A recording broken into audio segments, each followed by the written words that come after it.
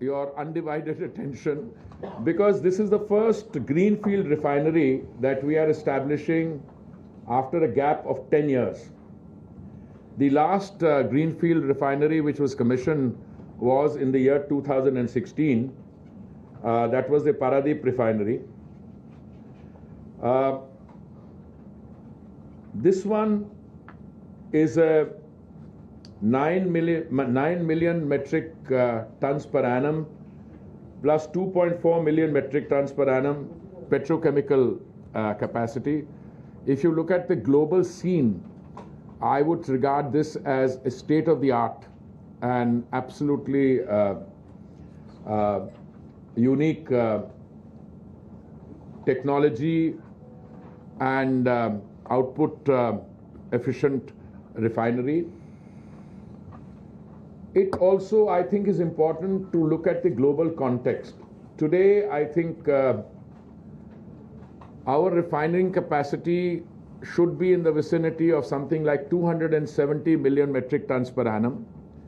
We've got several projects which are under implementation. I did a review yesterday of our capital expenditure pertaining to this ministry and the public sector units.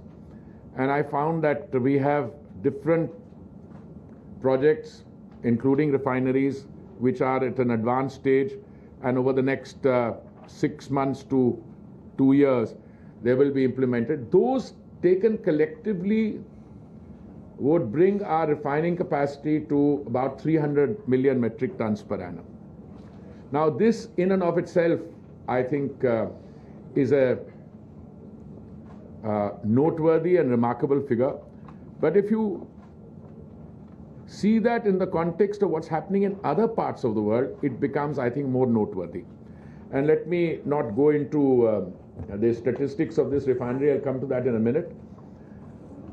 The first point I would make is that the United States has not had a greenfield refinery for the last 50 years. There's been no new greenfield refinery product in the United States. Insofar as Europe is concerned, my recollection is that they are losing at the rate of 200,000 barrels of refining capacity per day. And I'm sure Rasal's note which he has given here will have, yeah, it's here. It's 0.3. If you look at global refining landscape, yes, the first point is United States, no greenfield refinery for 50 years.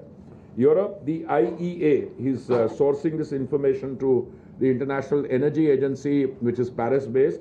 It says between 1 and 1.5 million barrels a day of European refining capacity at risk of closure by 2030, which is over 6 times the historic average annual closure rate of 220,000 barrels per day. So that 220,000 barrels per day closure of refining capacity is the current figure. And what the IAEA is saying that 6 times that amount. From 200,000 barrels per day loss of refining capacity, it could go up to 1.5 million barrels a day. Now, if you look at these figures, and I presume the researchers in these organizations, these are empirically verifiable facts. If 200,000 barrels per day refining capacity is being lost, that's a fact. I mean, you can't, put an interpretation on the figure. But whether the closure from now to 2030 will be 6 times is something you can logically argue. But if that is correct, and if you look at the other global picture, we can see that come 2030, there are likely to be 3 or 4 major refining hubs in the world. And India is certainly emerging, is probably already the 3rd largest refining hub in the world. So I see smaller tin pot refineries closing down. Global trade in hydrocarbons will be determined and very largely influenced by those countries which have a refining capacity. Now, since we are talking about refining capacity, let me also go into the second of the 3 topics I intended to cover today, which is the crisis post Hormuz. Why did we do well? I think we did well. We came out of it without any closures, without any dryouts. Please ignore something that you may have seen on social media. These are interested parties which deliberately put out planted news, yahan pe line lag gayi hai, because there's some people think that opportunities like this also provide openings for malpractice and black marketing, hoarding and so. But I want to put that aside. आप देख रहे थे सीधा प्रसारण केंद्रीय मंत्री हरदीप सिंह पुरी की press वार्ता का, जिसमें वो बता रहे हैं किस तरह से जो रिफाइनरी क्षमता है वो भारत की बढ़ाई जा रही है, लगातार कदम उठाए जा रहे हैं और ऊर्जा की दृष्टि से ये कदम काफ़ी महत्वपूर्ण है। और अब नज़र डाल लेते हैं इस वक्त की हेडलाइंस पर। भारत के 3 दिन के आधिकारिक दौरे पर जापान की प्रधानमंत्री सनाए ताकाइची, कई अहम समझौतों पर हुए हस्ताक्षर। पीएम मोदी ने कहा भारत जापान की मजबूत है साझेदारी।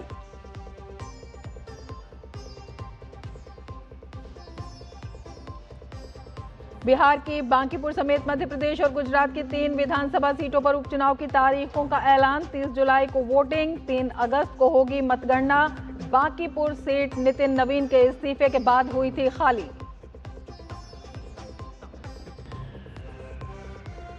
चढ़ावा चोरी केस में एसआईटी की जांच जारी, बढ़ सकती है चंपत राय, गोपाल राव और अनिल मिश्रा की मुश्किलें। फैजाबाद बार एसोसिएशन के वकीलों ने एफआईआर दर्ज कराने के लिए दी तहरीर।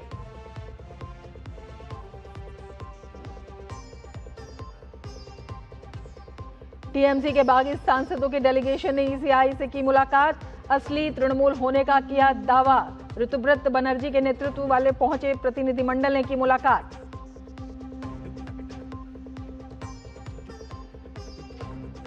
दिल्ली एनसीआर में झमाझम बारिश से लोगों को मिली गर्मी से निजात। महाराष्ट्र के कई जिलों में रेड अलर्ट। असम में बाढ़ ने बढ़ाई टेंशन, पहाड़ पर भी बारिश का अलर्ट।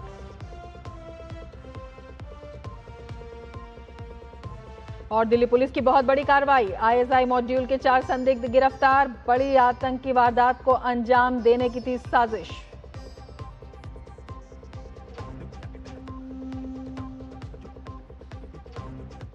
और सीधे आपको ले चलते हैं केंद्रीय मंत्री हरदीप सिंह पुरी की प्रेस वार्ता में।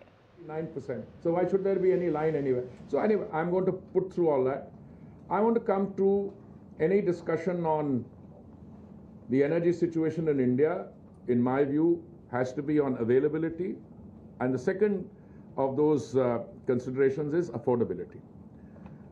I have looked at the prices which obtained in petrol pumps, and the period I've taken is June 22 to June 26, a 4-year period. The price of petrol in Delhi in June 22, that is 4 years ago, was 96 rupees 72 paise, and in June 26 it's 102 rupees and 12 paise. Now please, 4 years, and the total increase is 5.58%. In diesel, it is 6.23%.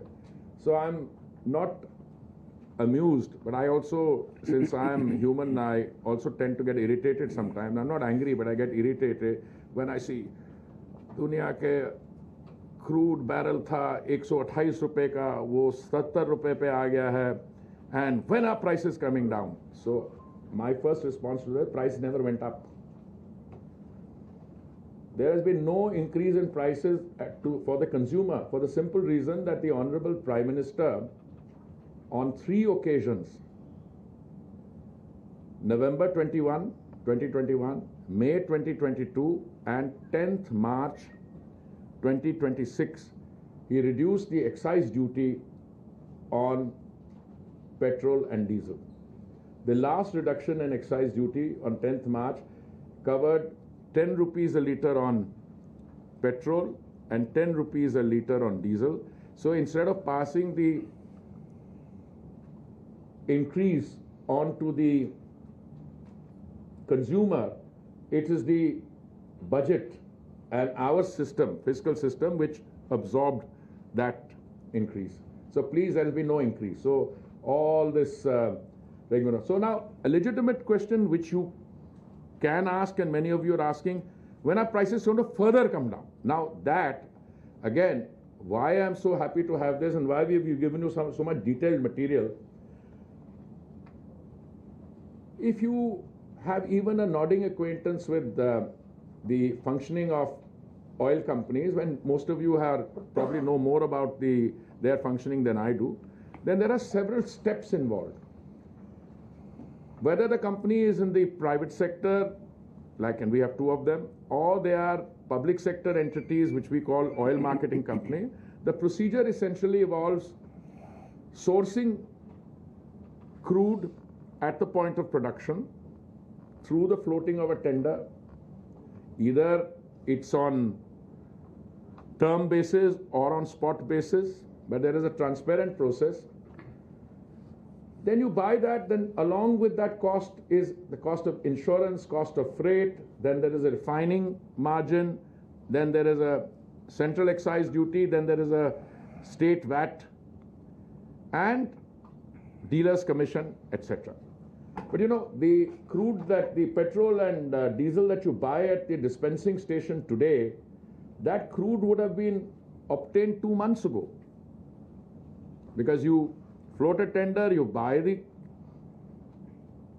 crude.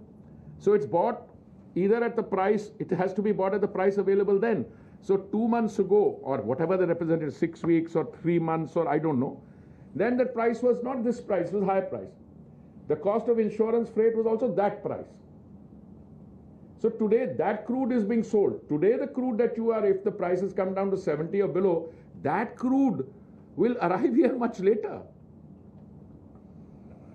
So you have a very legitimate question, and I'm being the devil's advocate. I'm asking the question to myself on your behalf. When will it come down further? Well, if it remains like this, and we meet, and I'm planning that we meet every 10-15 days at least, if not sooner, then it's a legitimate thing. That's all right. But let me also share with you that our oil marketing companies, which are the public sector entities, they are under recovery and losses. And I decided to do a little bit of homework for you for this session.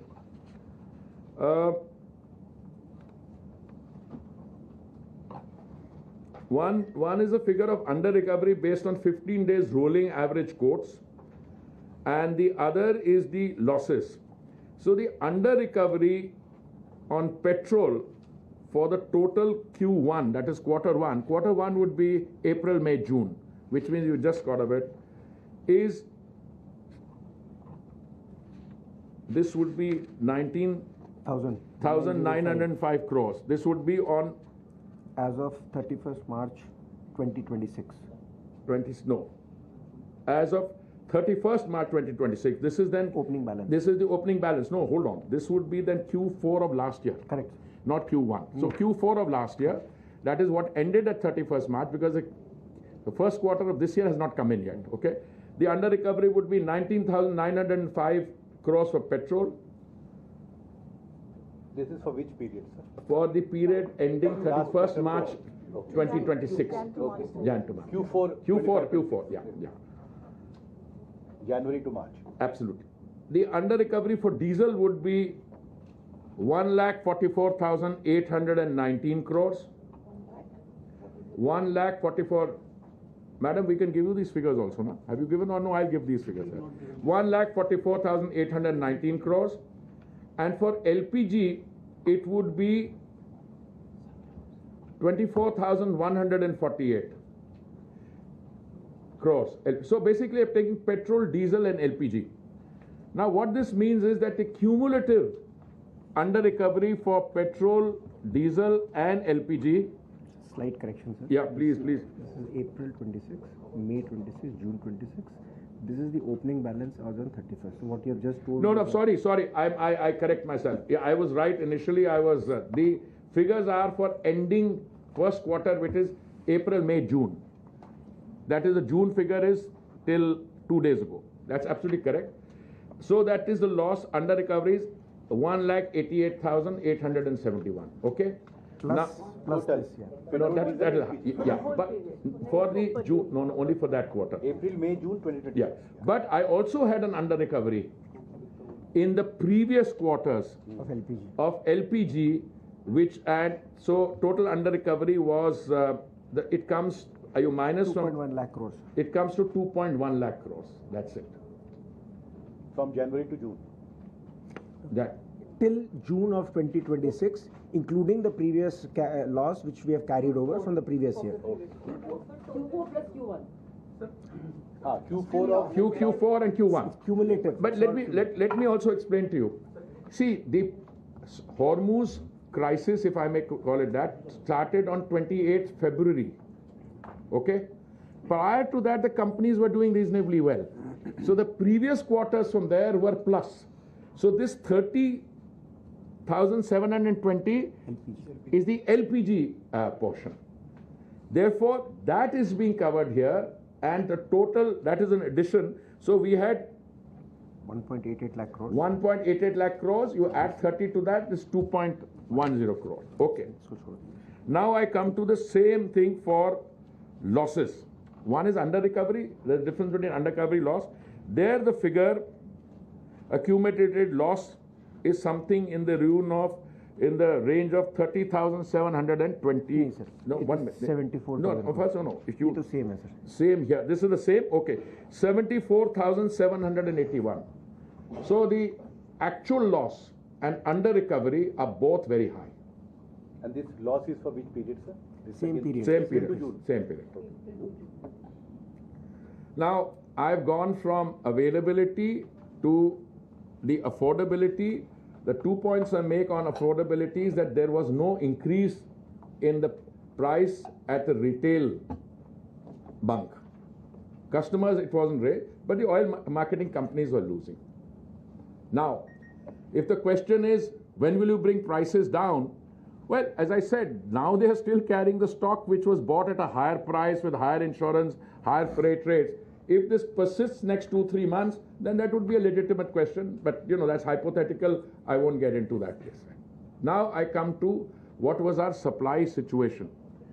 Even at the most difficult point during that 4-month period, we were always sufficiently stocked with supplies of petrol, first crude oil, diesel, and LPG. Now, this requires some perspective. Why were we able to do this? I think 2 reasons. One is that we had diversified our sources of supply. And whilst still a large amount of LPG, because LPG is only produced in very few refineries in the world, one in countries around the Gulf and in the United States. Crude you can buy from elsewhere, but LPG itself. So there was a time when there was some concern that we may run short of LPG. But even at the height of the crisis, I don't think we were ever less than 45 days, 46 days. Secretary, correct me. Right. And so, Data, of course, you had to take the daily brunt of questioning from our friends here. So, on an average, even during difficult periods, we had 60 days of crude, 60 days of natural gas. More than 16. Of natural gas, and 45 days of LPG.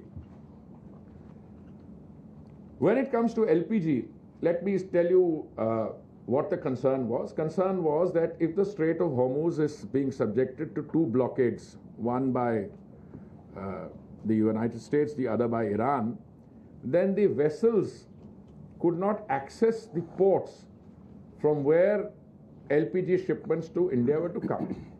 So to begin with, we had a very interesting situation. We had something like 30 vessels, many of them LPG carriers, some of them LNG carriers, not many, and some of them crude carriers, stuck in the Strait of Hormuz.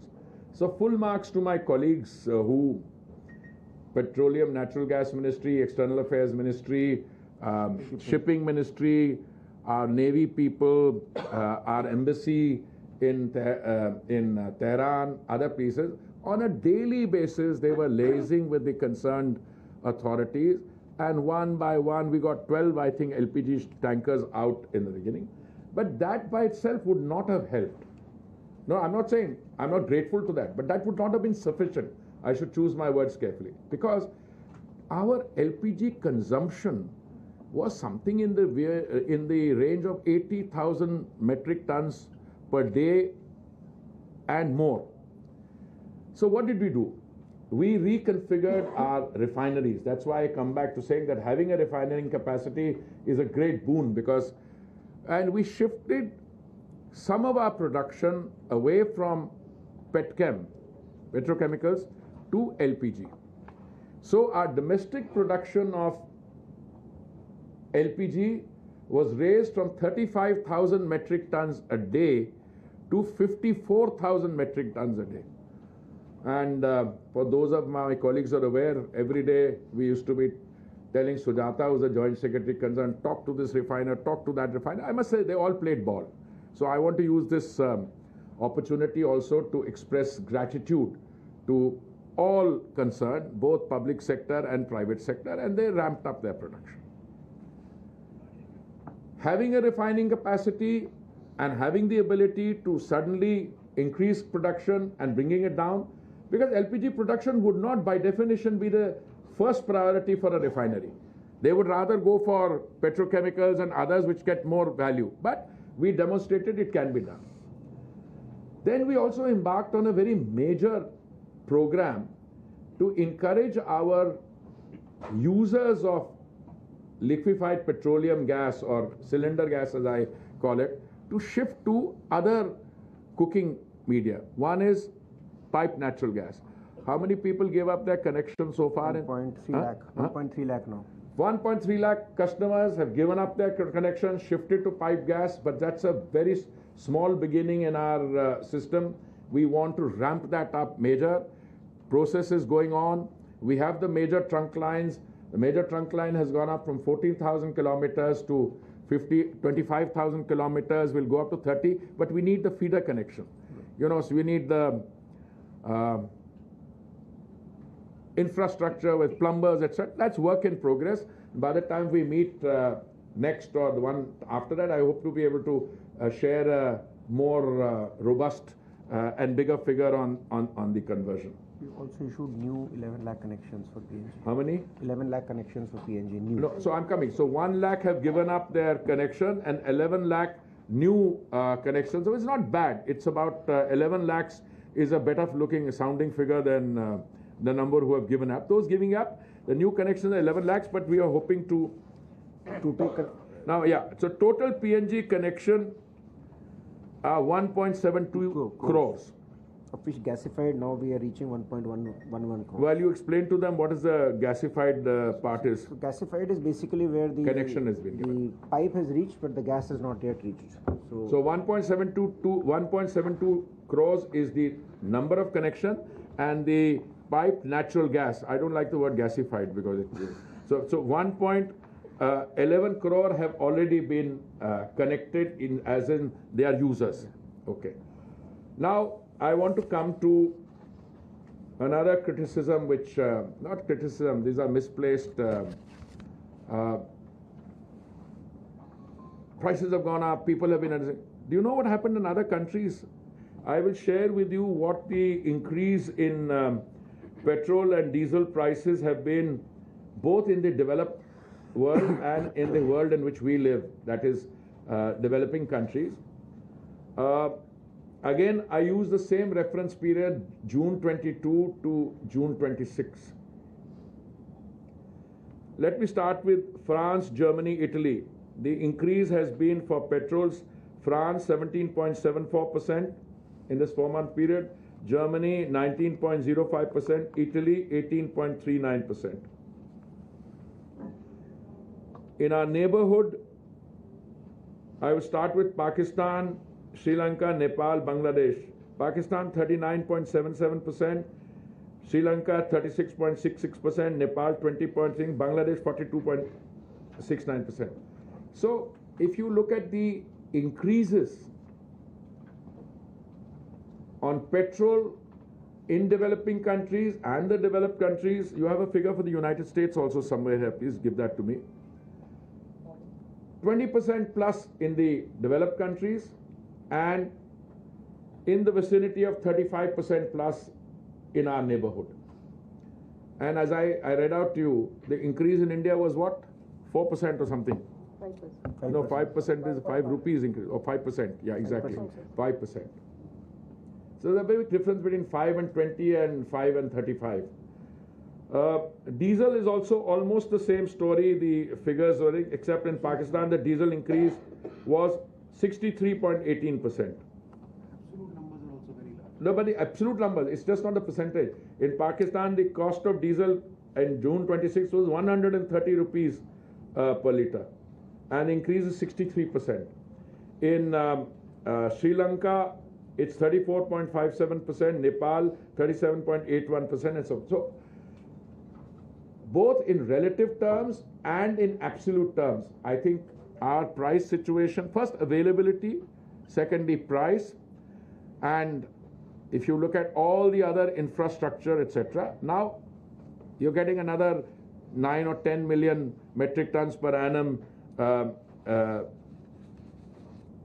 capacity coming up. That will, again, we have also, somebody said, oh, India does not have storage capacity. I have kept on telling people that a country like India is sui generis. You don't measure our capacity in terms of what is under a cavern and an SPR, a special, what's it called, Strategic Petroleum Reserve. We have 24 refineries, 24 refineries. We have 22 ports. Every one of our refineries is stocked. Every one of our ports has both cargoes coming in, cargoes leaving, and they've got floating cargoes there. So if you add up what is in the ports, what is in the terminals, and what is in our refineries, plus what is in the SPR, it's a figure of which at least 76, 80 days. All right, we should have more. Maybe that's one of the lessons we've learned. Now you might ask, how was this accomplished? And here full marks to the what the Honorable Prime Minister terms as government functioning as a whole. LPG control order was issued on 8th March, that is within 9 days of the crisis beginning.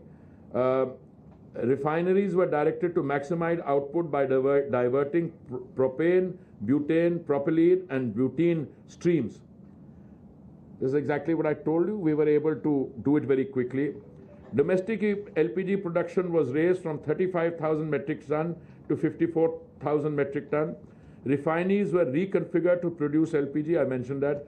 Largest vessel movement through the war zone, cargoes from Yambu and Fujairah down the Red Sea route. Physical supply kept flowing. Source diversification and bilateral passage secured through diplomacy. And by the way, it's not our traditional suppliers we were going to. We were also going to countries with which we had no history of that. I called my counterpart in Algiers, and I think we got one consignment from there. I spoke to my counterparts in other countries. They were all very helpful, but at the end of the day, they did not have the supplies. But in the केंद्रीय मंत्री हरदीप सिंह पुरी की press वार्ता का आप सीधा प्रसारण देख रहे थे, जिसमें उन्होंने बताया कि किस तरह से भारत अपनी जो रिफाइनरी क्षमता है उसको आगे बढ़ा रहा है। ग्रीन फील्ड रिफाइनरी की उन्होंने बात की और उन्होंने ये भी बताया कि इसी का परिणाम है कि हॉर्मुज संकट के बावजूद जो भारत का उपभोक्ता है उस पर कोई अतिरिक्त दबाव नहीं पड़ा है। आगे बढ़ेंगे, लेकिन उससे पहले लेते हैं एक ब्रेक। आप बने रहिए DD न्यूज़ के साथ।